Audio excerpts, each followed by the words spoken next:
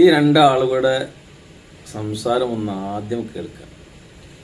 നാല് കവലകളിൽ, ചായപ്പീടികയിൽ, കല്യാണപ്പെരയിൽ ഒക്കെ ഇത് തന്നെയാണ് ഇപ്പോൾ ചർച്ച. അവിടെയൊക്കെ ഞങ്ങൾ ചെന്നാൽ ഞങ്ങളെ വളഞ്ഞിട്ട് ആക്രമിക്കുകയാണ്. എന്തിനാ മാഷെ ഞങ്ങളെ കൊണ്ട് ഞങ്ങളെ വോട്ട് ചെയ്യിപ്പിച്ചത് എന്ന് പറയുന്ന തരത്തിലേക്ക് പോവുകയാണ്. സ്ത്രീകളടക്കം നമ്മളെ വളയാണ്. വലിയൊരു വിജയം നമ്മൾ ഉണ്ടാക്കിയാണ്. ആ വിജയത്തിൻ്റെ മാറ്റ് കുറഞ്ഞു പോവുകയാണ്. ഇപ്പം തിരഞ്ഞെടുക്കപ്പെട്ട നിയമസഭാ സാമാജികന്മാർ അപ്പം അവർക്ക് തന്നെ അറിയാം അവിടെ ഈ പരിപാടികളൊക്കെ ഇങ്ങനെ സൃഷ്ടിച്ചു പോവുകയാണ്. അവരുടെ ഈ സ്വീകരണ പരിപാടികളൊക്കെ ആൾക്കാർ കുറഞ്ഞു വരിക, ആൾക്കാർക്ക് താല്പര്യക്കുറവ്, പല സ്ഥലത്തും കാര്യങ്ങൾ വേണ്ടതുപോലെ നമ്മൾ ഉദ്ദേശിക്കുന്ന രീതിയിൽ നടക്കുന്നില്ല. നിങ്ങളെ ക്യാമ്പിൽ ഒരു മ്ലാനതയുണ്ട്, അത് ഞാൻ തുറന്നു സമ്മതിക്കുന്നു. ഞാനൊരു രാഷ്ട്രീയക്കാരനാണ്, കല്യാണത്തിന് ഞാനും പോകുന്നുണ്ട്. ഞാൻ MLA കുന്തൊന്നും ആയിട്ടില്ലെങ്കിലും എല്ലാ പ്രവർത്തകരും രോഷത്തോടു കൂടി പറയുന്നു, 4-ാം തീയതി വിജയം കിട്ടി, 5-ാം തീയതി 6-ാം തീയതി കയറി ഇരുന്ന് വലിയ ആഹ്ലാദപ്രകടനത്തിന് വേണ്ടി പഴക്കം വാങ്ങി കാത്തിരിക്കുന്ന ഞങ്ങളെ പ്രവർത്തകർ കുറെ ദിവസമായി. എന്താ അവരോട് പറയാ? അപ്പൊ പ്രശ്നം തന്നെയാണ്. ആ പ്രശ്നത്തിന് എന്താണ് ചെയ്യാൻ പറ്റുമോ? ഒരു ഘടകകക്ഷികൾക്ക് ഞങ്ങൾക്ക് വേഗത്തിൽ കാര്യങ്ങൾ തീരുമാനിച്ചു. അപ്പൊ സ്വാഭാവികമായിട്ടും ഇത് ഉണ്ടാക്കുന്ന പ്രശ്നങ്ങളുണ്ട്. ഇതിന് കോൺഗ്രസിന്റെ നേതാക്കളോട് ചോദിച്ചാൽ ഡൽഹിയിൽ ഇത്ര ദിവസം കഴിഞ്ഞിട്ടല്ലേ വന്നത്, ബോംബെയിൽ അത്ര ആയിരുന്നല്ലോ. അവർക്ക് അതല്ലാതെ വേറെ എന്ത് ഉത്തരവാ പറയാ? അവർക്കും പ്രശ്നമുണ്ട്. അവര് വിങ്ങി പൊട്ടുന്നുണ്ട് അവരെ പ്രവർത്തകര്. ഇപ്പൊ ജിൻഡോ ഒക്കെ ഇങ്ങനത്തെ ഒരു ജിൻഡോനെ കണ്ടു നമ്മള് കടുവൊക്കെ പരി പിടിച്ചേരില്ലേ? എന്തായാലും കാരണം വിഷമം കൊണ്ടാ. ജനങ്ങളുടെ ഇടയിൽ ജീവിക്കുന്ന ആളാ ജിൻഡോ ഒക്കെ. ഞങ്ങളൊക്കെ ചോദിച്ചിട്ടുണ്ട് കഴിഞ്ഞ 5 വർഷമായി. കഴിഞ്ഞ 5 വർഷമായി വൈകുന്നേരം 4-5 പേരുടെ മുമ്പിൽ വിചാരണയ്ക്ക് കിടന്നു തരിക ഞങ്ങള് ഇല്ലേ? എത്ര നിങ്ങളൊക്കെ ചീത്ത കേട്ടണ് ഈ സർക്കാരിന്റെ ഇത് വിളിച്ചു പറയാൻ. ഞങ്ങളും പണിയെടുത്തവരാ, അത് നിങ്ങൾ മനസ്സിലാക്കണം. അപ്പൊ സ്വാഭാവികമായിട്ടും ഞങ്ങൾക്കൊക്കെ ഭയങ്കര നീറ്റലുണ്ട് ഇവിടെ. സാധാരണ സഭ്യം കൊണ്ടായിരുന്നു നിങ്ങളെ നേരെ ചാടിക്കളിക്കണേ ഞാനും ജിന്നു എന്താ ചെയ്തത്? വേഗം ഒരു വർത്തമാനം പറഞ്ഞ് വേഗം ഉൾവലിയാണ്. അതൊരു നിവൃത്തികേടാണ്. എന്റെയും ജിന്നുവിന്റെയും ഒക്കെ നേതാക്കളോട് എത്രയും പെട്ടെന്ന് ജനത്തിന് രോഷമുണ്ടാവും. സംശയം ഈ പടക്കം മഴ ചെയ്ത തണുത്തോലിയത് ഈ പടക്കം വാങ്ങി കുത്തിരിക്കുക അതിന്റെ മുകളില് ഇത് പൊട്ടിക്കാൻ വേണ്ടി അധികാരം ഏറണത്. ഇത് ഇങ്ങനെ നീണ്ടുപോയ എവിടെത്തും? ഇതിപ്പോ ഞങ്ങളെ നേതാക്കന്മാരും ഞങ്ങളെ മുന്നണിയാണല്ലോ. കോൺഗ്രസ് ഞങ്ങളെ ജ്യേഷ്ഠനെ പോലെയാണ്. അതിനെ നേതാക്കളൊന്ന് കേൾക്കട്ടെ. ഞങ്ങളൊക്കെ ഒരു വേദന എത്രയും പെട്ടെന്ന് ആകണം. ഇത് സമയം എടുത്താൽ ഇവിടെ ഇബിലീസർക്കും ഞാൻ കഴിഞ്ഞ ചർച്ചയിൽ നിങ്ങളോട് പറഞ്ഞിട്ടുണ്ട്. ഇതില് രാഷ്ട്രീയം ചർച്ച ചെയ്യാനല്ല. നമുക്ക് ഒരു രാജ്യത്തെ പ്രബലമായ ഒരു വിഭാഗം, ഒരു രാഷ്ട്രീയ പ്രസ്ഥാനം നീണ്ട വർഷങ്ങൾക്ക് ശേഷം വലിയൊരു ഭൂരിപക്ഷത്തോടുകൂടി വലിയൊരു ആവേശത്തോടുകൂടി അധികാരത്തിലേക്ക് വന്ന ഒരു സാഹചര്യത്തിൽ അവരെ തെരഞ്ഞെടുത്ത ജനങ്ങൾ ഏറെ പ്രതീക്ഷയോടുകൂടിയാണ് ഈ വിജയത്തെ നോക്കിക്കണ്ടിട്ടുള്ളത്.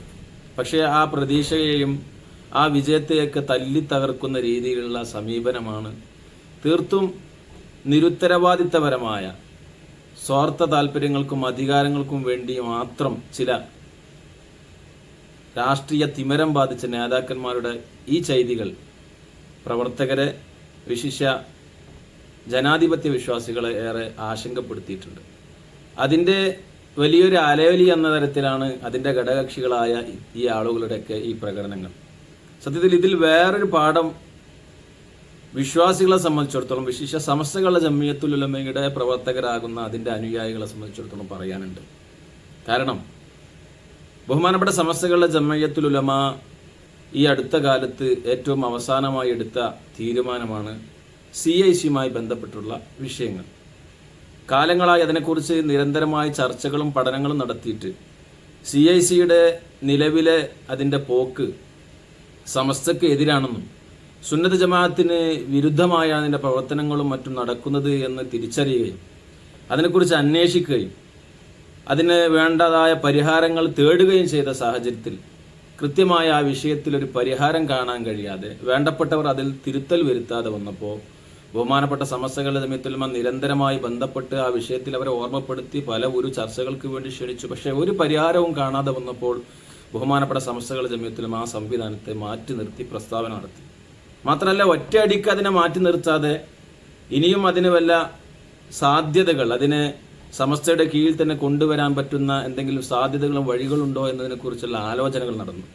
അങ്ങനെയാണ് ബഹുമാനപ്പെട്ട സമസ്തകളുടെ ജമിയത്തുൽ ഉലമയുടെ മുഷാവറ ഒരു തീരുമാനമെടുത്തത്. അതിനുവേണ്ടി ആ വിഷയത്തെ ചർച്ച ചെയ്യാൻ വേണ്ടി ഇരു വിഭാഗത്തിനും സമ്മതിതരായ ചില ആളുകളെ ആ വിഷയം ഏൽപ്പിക്കാൻ വേണ്ടി, പരിഹരിക്കാൻ വേണ്ടി മധ്യസ്ഥരായി ഏൽപ്പിച്ചത്.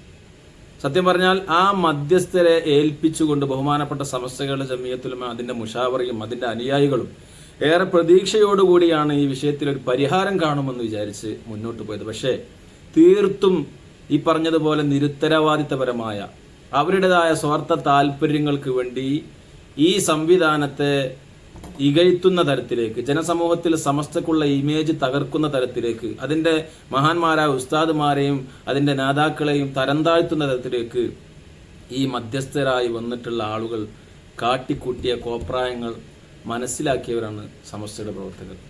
കാരണം അവർ സമസ്തയുടെ മുഷാവറയുമായി ബന്ധപ്പെട്ടുകൊണ്ട് കാര്യങ്ങൾ എത്രയും പെട്ടെന്ന് പരിഹരിക്കാം. പലവര് പറഞ്ഞു നാളെ അല്ലെങ്കിൽ തൊട്ടടുത്ത ദിവസം, ഒരുപാട് ഡേറ്റുകൾ നൽകി, ചർച്ചകൾ നടത്തി, എന്നിട്ടും പരിഹാരം കാണുന്നില്ല. അതുമായി ബന്ധപ്പെട്ടവരെ പോയ പല നിലക്കും പല ശ്രമങ്ങളും നടത്തി. പക്ഷേ ഇപ്പോഴും ഈ സമയത്ത് പോലും അതിന് പരിഹാരം കണ്ടില്ല. എന്താ ഉണ്ടായത്?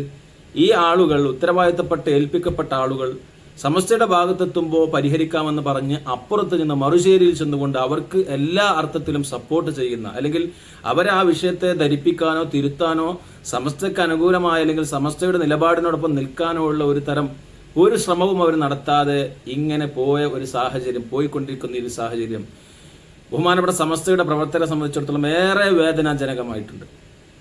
കാരണം ബഹുമാനപ്പെട്ട സമസ്തകളുടെ ജമിയത്തുലമയുടെ ഒരുപാട് നല്ല നല്ല പ്രവർത്തനങ്ങൾ ഇവിടെ മുരടിപ്പിക്കുന്ന തരത്തിലേക്ക്, അതിന്റെ പല പ്രവർത്തനങ്ങൾക്കും തടസ്സം നിൽക്കുന്ന തരത്തിലേക്ക് അനുയായികൾ തന്നെ മാറുന്നൊരു സാഹചര്യം ഉണ്ടായി.